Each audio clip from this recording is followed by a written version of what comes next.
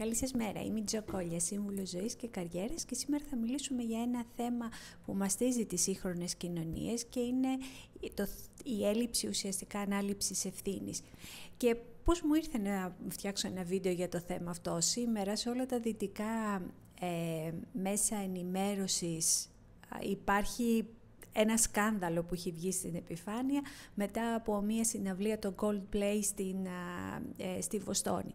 Ο CEO μιας εταιρείας τεχνολογικής βρισκόταν εκεί με τη Head of HR και παρακολουθούσαν, με την υπεύθυνη προσωπικού δηλαδή, και παρακολουθούσαν τη συναυλία του αγαπημένου τους group. Ξαφνικά υπάρχει αυτό που λέγεται love cam, πιάνει η κάμερα που δείχνει τα στιγμιότυπα της συναυλίας live, ζευγάρια τα οποία βρίσκονται σε τρυφερές στιγμές και έτσι βλέπουν όλοι πόσο ερωτευμένοι είναι. Οπότε η κάμερα έπιασε και αυτούς τους δύο και τους έδειξε και ξαφνικά είδαν όλοι ότι οι άνθρωποι αυτοί ντρέπονταν και εξαφανίστηκαν από την κάμερα. Ο άνθρωπος αυτός έπεσε ακριβώς από κάτω, στην κυριολεξία όμως έπεσε, και η κοπέλα έβαλε αμέσως σοκαρισμένη τα χέρια της στο πρόσωπό της και έκρυψε το πρόσωπό της, γύρισε την πλάτη της, οπότε 30.000 άνθρωποι άκουγαν τον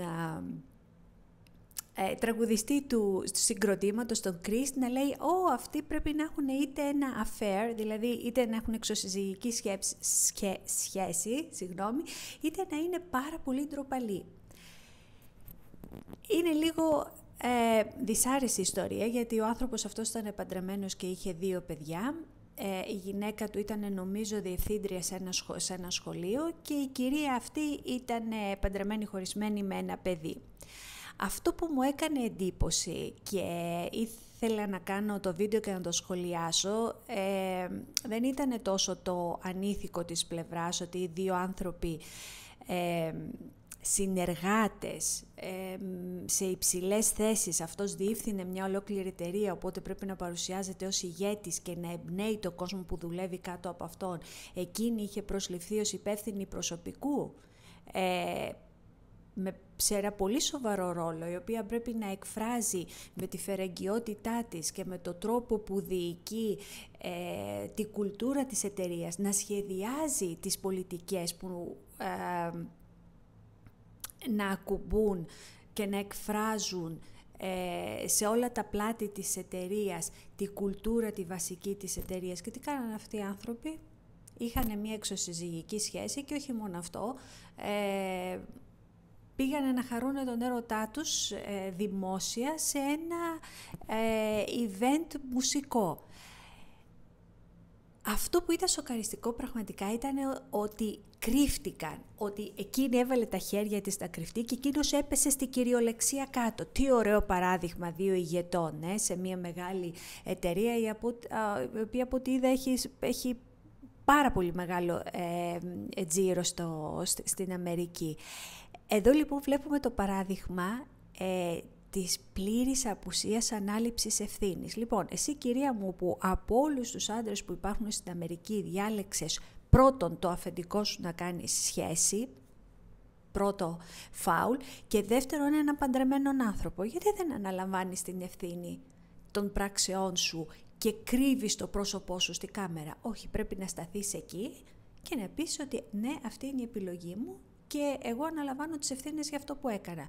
Και εσύ λοιπόν, κύριε, που παίρνεις το παχουλό μισθό σου και σε έχει βάλει η εταιρεία εκεί και οι μέτοχοι πληρώνουν για να τρέξεις το καράβι και να είναι αποδοτικό, και σε έχουν σαν παράδειγμα integrity, φερεγγιότητας δηλαδή, που στην Αμερική δεν υπάρχει τίποτα πιο σημαντικό από το principle αυτό, από την αξία αυτή της φερεγγιότητας, αυτό που λέμε integrity στο business. Λοιπόν, εσένα κύριε που σε χρυσοπληρώνει η εταιρεία για να είσαι εκεί και να λειτουργείς ως παράδειγμα για τους εργαζομένους, τι κάνεις? Μπλέκεις σε μια εξωσυζυγική σχέση με την υπεύθυνη προσωπικού και τι ωραίο παράδειγμα δείχνεις, Φανταστικό. Και αφού το κάνεις που το κάνεις, δεν έχεις τα κότσια να σταθείς, αλλά πέφτεις σαν ένα 5χρονο παιδί κάτω στις σκάλες για να μην συνεχίζει η κάμερα να σε βλέπει? Πάρα πολύ ωραία. Λοιπόν, και πού είναι το θάρρος σου? Γιατί δεν πιάνεις αφού έχεις πρόβλημα τη γυναίκα σου και να πεις ότι έχεις πρόβλημα στο γάμο σου, δεν λειτουργεί, βλέπεις ένα σύμβουλο, δεν λειτουργεί ούτε αυτό, παίρνεις ένα ωραιότατο διαζύγιο και χωρίσουν οι δρόμοι σας. Αλλά προτιμάς, έτσι, να ζεις μέσα στο ψέμα. Και αυτό που λένε πολλοί, μένουμε για τα παιδιά, αυτό κι αν είναι ένα τεράστιο ψέμα, έτσι. Δηλαδή νομίζετε ότι τα παιδιά δεν έχουν αντίληψη ότι ζουν μέσα σε ένα ψεύτικο γάμο των γονιών τους. Okay. Οπότε δημιουργείται με την έλλειψη ανάληψης ευθύνης των πράξεών σας, δημιουργείται και τραύμα και στα παιδιά σας και ουσιαστικά τι κάνετε? Τους δημιουργείτε στο υποσυνείδητό τους συμπεριφοριακά μοντέλα που θα είναι πολύ κοντά σε αυτό που πράξατε εσείς. Παρόμοια θα πράξουν και εκείνοι μετά ως ενήλικες. Και όλα αυτά, επειδή δεν αναλαμβάνετε τις ευθύνες των πράξεών σας, αποφεύγετε το πόνο των τώρα, έτσι, και νομίζετε ότι το ψέμα δεν θα ανακαλυφθεί, αλλά θα συνεχίσει να πηγαίνει έτσι η ζωή σας. Δυστυχώς αυτό είναι ένα παραμύθι που το λέτε πάρα πολύ στον εαυτό σας, αλλά τα παραμύθια τις περισσότερες φορές δεν έχουν ευτυχισμένο τέλος. Καλή σας μέρα.